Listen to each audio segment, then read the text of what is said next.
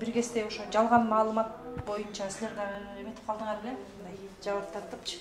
Ошол чын бышыгына чыктыңарбы? Анан ошо өзүң жөнүндө жалган маалымат тараткан бул кандай тиеткен адамга?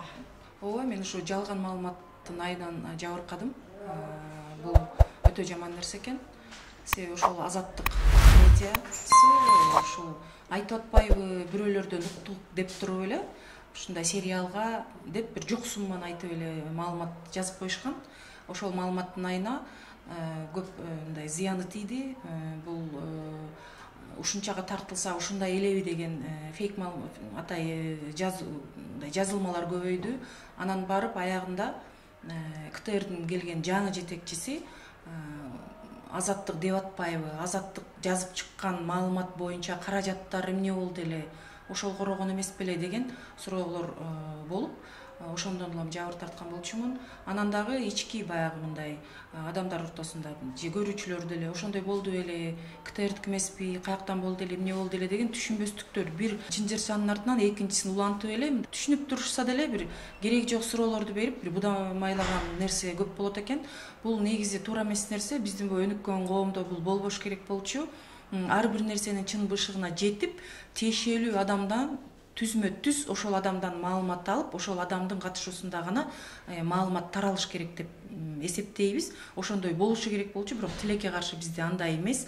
Бирок качанга чейин ушундай болуш керек да. Эмне үчүн мен ушундан жапа чегишим керек эле? Мен ошол себептен азаттыкты сотко бергем. Анын биринчи кайсы бир бөлүгү десекти, кайсы бир бөлүгү бүттү. Мен азыр учурда ойлонуудамын. Бирок кандай болгон күндө дагы маалымат тарап кеткенден кийин бул өтө жаман нерсе экен. Ошон үчүн мен эң биринчи орунда азаттыктын абийирине коем ушул нерсеничи. Азаттыкты абийир сотуна коем да. Мисалы ар бир адам же ар бир иш боюнча өзүнчө бир абийир соту деген бар да. Жеке адамдык болобу же ошол уюмдунбу, ошол абийир сотунан өзүлөрүн кандай сезет болду экен да. Мен айттым, мен сотто да айтып атам.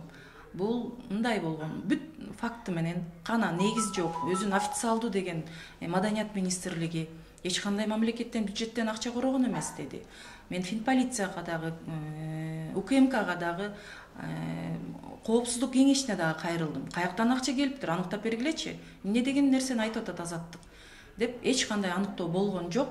Демек бул жөн гана курулай гана сөздүн жана ошол эл ишенип аткан азаттыктын деңгээли. Демек жөн эле бир көчөдөгү киши же бир мындай деген бир түшүнүктөр бар го, ай ошого ишенесиң депчи. Демек азаттыктын деңгээли ушул экен да. Азаттык өзү ушул медиа чөйрөсүндө жүрөт, медиа чөйрөсүндө өзүн кыйынбыз дешет. Бирок эмне үчүн ушу кино продукция өндүрүлүп жатканда режиссер жана продюсер жооптуу экенин билип, эмне үчүн ошол адамдардан тикелей түз суроо албайт да, жооп албайт. Биз жөнөкөй бир бетин жапкан бир фейктерге таарынып атабыз. Биякта бизде медианын өкүлдөрү мен кыйынмын деген бир таризге кирип алган медиа болмуштар ушинтип бизди мындай азапка салып атат да. Ошон үчүн мен алардын абийир сотуна коем. Алар мойнуна алышып, андан кийин кандайдыр бир опровержение бериштиби ошол маалыматка? Сотто аныктоо иштеринде айтып атат, такталбаган маалымат боюнча деп кашаанын ичинде жазылып турбайбы дейт. Эми ошентип баарыбыз эле такталбаган маалымат боюнча деп эле иш кыла берсек эле болобу? Болбойт да андайчы. Ошон үчүн бул туура эмес нерсе да. Кыргызстанда ушул фейк маалымат менен күрөшүү боюнча азыр чоң эме жүрүп атпайбы? Талаш тартыш. Анан президент болсо ошол келген мыйзамды кайра доработка кылгыла деп кайтарыптыр да. Анан негизи ушул мыйзам бизге керек деп ойлойсузбу? Ушу жанагы фейктерге каршы маалыматты манипуляциялоо тууралуу мыйзам болгондо да кандай жүзүндө, кандай түрдө керек деп ойлойсуз? Эгер ошол мыйзам жазылышы боюнча ошо фейктерге каршы болсо, анда мен колдойм. Ар бир айтылган маалымат өзүнүн адреси менен, жүзү менен туура так айтылыш керек да.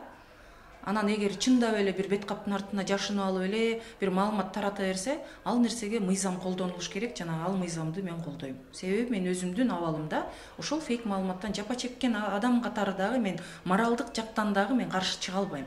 А эгер мындай сөз эркиндигине каршы чыгып, ошону чектөөлөр болсо мыйзамдачы, анын үчүн ошо мыйзамды окуп чыгып, тиешелүү адистер ошолор мыйзамга жооптуулар караш керек да. Сөз эркиндиги эркин болуш керек деп ойлойм. Мисалы, менин сиздин айтуумчу, фейктерге мен караманча каршымын. Ошо доработка кылыш керек деп айтты го. Негизи ошо фейктер менен күрөшүш чындыгында эле оор да. Анан кандай кылып ушуну ишке ашырса болот, кайсы жагын дарабатка алса болот билесиң? Менин оюм ушул өзү көпчүлүк учурда эле биз бирөөнү күнөөлөгөнгө кыйынбыз да. Анан эл дагы коомчулук дагы өзү ойлонуп көрүш керек да. Ошол фейк маалыматтарды же фейктерди кабыл албай өзүлөрү эле мындай четтетиш керек деп ойлойм да. Анан бүгүнкү күнү мындай ошол мейли коомчулуктабы, мейли ошол кайсы бир мындай жарандык коомдобу же саясаттабы мындай таза күрөш болбогондуктан мындай ошондой ыкмаларга өтүп атат болуш керек го деп ойлойм да. Мунун баары деле бара-бара калыбына келет болуш керек. Анан ошон үчүн ошо ар бир жаран өзү ойлонуш керек да. Фейк маалыматка ишенбейм. Бул баары фейк деп, анан фейкке кайра фейк чыгып, ага кайра фейк чыгып эле чынжырча эле кетип баратат да.